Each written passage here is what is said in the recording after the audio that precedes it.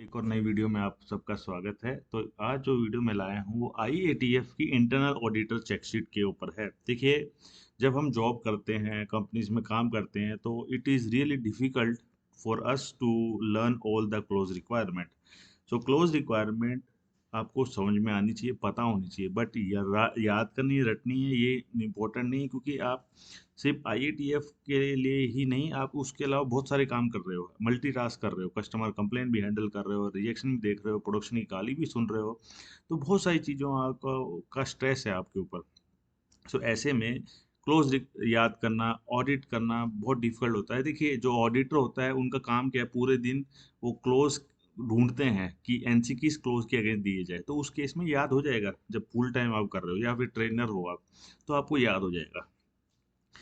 तो नॉर्मली मैंने देखा है काफ़ी गैप्स होते हैं। सो आज जो चेकशीट दिखा रहा हूँ मैं आपको, इंटरनल ऑडिटर जो आईएटी ऑटोमोटिव या नॉन ऑटोमोटिव में भी आप इसको यूज़ कर सकते हो विद क्लोज रिक्वायरमेंट। सो देखिए, सबसे पहले है आपका ऑल डिपार्टमेंट। तो यहाँ पे दो चेकशीट बनेंगी। सबसे पहले जो कि है आईएटीएफ के बेसिक रिक्वायरमेंट्स, बेसिक क्लोजेस जो सभी डिपार्टमेंट्स में अप्लीकेबल होते हैं, वो आपको फुलफिल करना है। तो ये वो ऑल डिपार्टमेंट वाली चेकशीट है। जैसे कि रिस्क हुआ, हर डिपार्टमेंट में का रिस्क होना चाहिए। हर डिपार्टमेंट के यहाँ लोगों को कॉर्पोरेट पॉलिसीज पता होनी चाहिए, किस क्लोज में लिखा है, 5.111 में लिखा है। केपीआई डिफाइन होनी चाहिए, कहाँ मांगा है, 6.2 में मांगा गया है। हर हर प्रोसेस का कंटिन्यूसी प्लान होना चाहिए, किस क्लोज में लिखा है, 6.1.2.3 में लिखा है। अवेयरनेस होना चाहिए लोगों को, केपीआईज का कम्युनिकेशन होना चाहिए, डॉक्यूमेंट फॉर्मेट नंबर वगैरह सब कंट्रोल होनी चाहिए 7.5 के हिसाब से। Non conformity action internal audit होनी चाहिए, मैनेजमेंट रिव्यू होना चाहिए, इंप्रूवमेंट होना चाहिए 10.3 के हिसाब से। तो ये एक चेकशीट है जो कॉमन रहेगी, सभी डिपार्टमेंट में अप्लीकेबल रहेगी।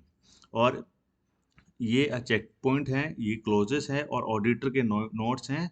और ऑडिट फाइंडिंग क्या वो पॉजिटिव है, एनसी है, या उस उसको रिक्वायरमेंट्स को आपने फुलफिल किया हुआ है, तो वो आपको यहाँ पे मेंशन करना है। अगर वो पॉजिटिव है तो पॉजिटिव भी लिखना जरूरी है, एविडेंस। फिर देखिए आप, मैंने MR management review, management representative के क्या क्या एनसीज हो सकती हैं, इंजीनियरिंग डिपार्टमेंट की क्या क्या ऑडिट कर सकते हो आप। मेंटेनेंस यूटिलिटी की एचआर में क्या क्या क्वेश्चंस पूछ सकते हो, जैसे कि एचआर में है कि have number of persons required and available is identified, 7.1.2 में पूछा गया है। इस training conducted as per plan, 7.2। Production के भी क्लोजेस यहाँ पे दिए गए हैं, मार्केटिंग के, परचेज के, पीपीसी के, टॉप मैनेजमेंट के, स्टोर के। तो यहाँ पे मोटा मोटा एक जो भी जनरल कंपनीज हैं उन सब के क्लोजेस विद डिपार्टमेंट वाइज मैंने बनाए हुए हैं। और एक बहुत बेहतरीन चेकशीट है। इसमें क्या है, इंटरनल ऑडिटर आपस में जब ऑडिट करेंगे, आपको बहुत इजी हो जाएगा। आपको जस्ट क्वेश्चन पूछना है, अगर आपने फाइंडिंग मिली, अगर वो पॉजिटिव है तो पॉजिटिव लिखना है, एनसी है तो एनसी लिख देना है। बहुत इजी चेकशीट है। इससे आपको काफ़ी हद तक मदद मिलेगी इम्प्लीमेंट करने में और फुलफिल करने में आईएटीएफ की बहुत इंपॉर्टेंट रिक्वायरमेंट, इंटरनल ऑडिट। अगर ये चेकशीट चाहिए आपको तो प्लीज़ कांटेक्ट करें मुझसे। आप ईमेल आईडी अपना डाल सकते हो इस वीडियो के कमेंट में। मैं वहाँ पे आपको फ्री ऑफ कॉस्ट सेंड कर दूंगा, कोई पैसा नहीं ले रहा हूँ मैं इसका। जस्ट आपको कमेंट करना है और प्लीज़ लाइक सब्सक्राइब कीजिए और मुझे मोटिवेशन दीजिए ताकि मैं बहुत सारी वीडियो ला सकूं। और भी कोई टॉपिक पे अगर आपके कोई क्वेश्चंस हैं तो प्लीज़ मुझसे पूछिए, मैं आपको उनका सॉल्यूशन लाने का ट्राई करूंगा। Thank you, bye bye, see you, take care.